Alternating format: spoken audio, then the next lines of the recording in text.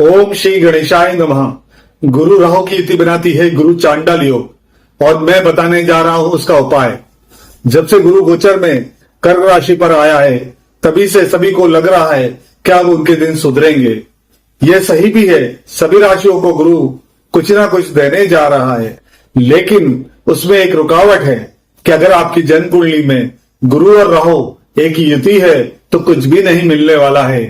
राहु छाया ग्रह है तथा अगर गुरु के साथ बैठता है तो उसकी सारी सकारात्मक शक्तियां सुप्त हो जाती है, यानी गुरु राहु के साथ बैठकर गुरु के फल मिलने नहीं देता है।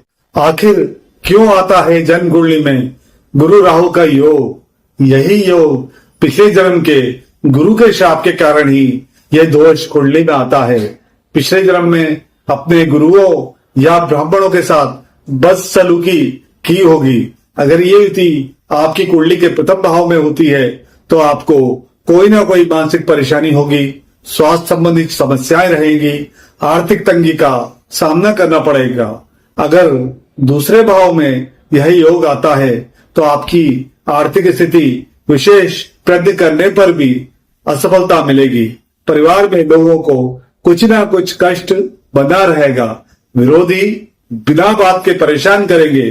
तृतीय भाव में यह युति बनती है तो भाई बहन को कष्ट हमेशा रहेगा, आपका स्वयं का पराक्रम बना रहेगा, आप हमेशा स्वतंत्र नेतृत्व करेंगे।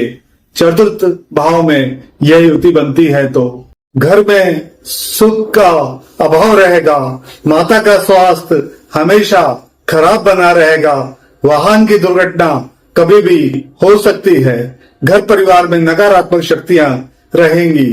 पंचम भाव में अगर ये युति बनती है तो संतान आपके सही रास्ते पर नहीं चलेगी, या तो संतान होगी नहीं या फिर संतान पर कोई ना कोई कष्ट बना रहेगा। छठवें भाव में गुरु राहु की युति विरोधियों से कष्ट पहुंचाती है तथा घर में कुछ न कुछ कष्ट अवश्य बना रहेगा।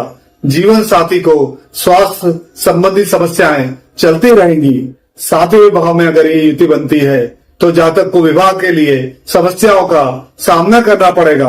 कार्य व्यवसाय चलते चलते रुक सकता है। जीवन साथी संबंध सामान्य नहीं रहते हैं। आठवें भाव में अगर ये युति होती है तो गुरु चांडाल योग बनता है।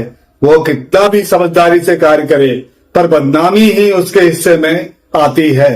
नौवें भाव में जब होती है तो जातक को पूजा पाठ में विघ्नों का सामना करना पड़ता है। जातक के घर में जब भी कोई शुभ कार्य शुरू होने वाला होता है तभी अशुभ सूचना उसके घर में आ जाती है।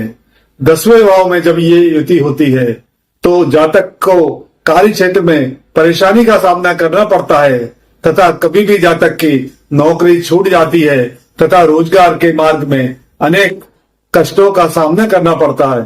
11वें भाव में गुरु राहु की युति आमदनी में फायदा पहुंचाती है। ऐसा जातक पैसा कमाने के लिए नैतिक अनैतिक रास्ता कुछ भी नहीं देखता है। 12वें भाव में यही युति कुंडली में दरिद्र योग का निर्माण करती है। कितना भी बड़ा व्यवसाय हो उसका, एक दिन उसका दिवाला पिट जाता है। ऐसा व्यक्ति जीवन भर परेशानी भोगता है तथा कार्यों में उसे यश प्राप्त नहीं होता है।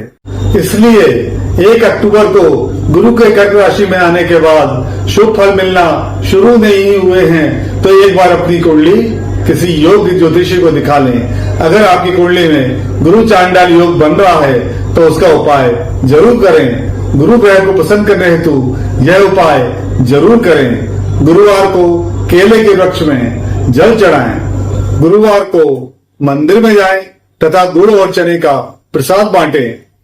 मंदिर में जब भी जाएं तो पंडित जी को दक्षिणा देकर उनका आशीर्वाद अवश्य लें। ब्राह्मणों की आलोचना ना करें। अगर आप विद्यार्थी हैं तो अपने गुरुजनों का सम्मान अवश्य करें। जय मां ताप्ती।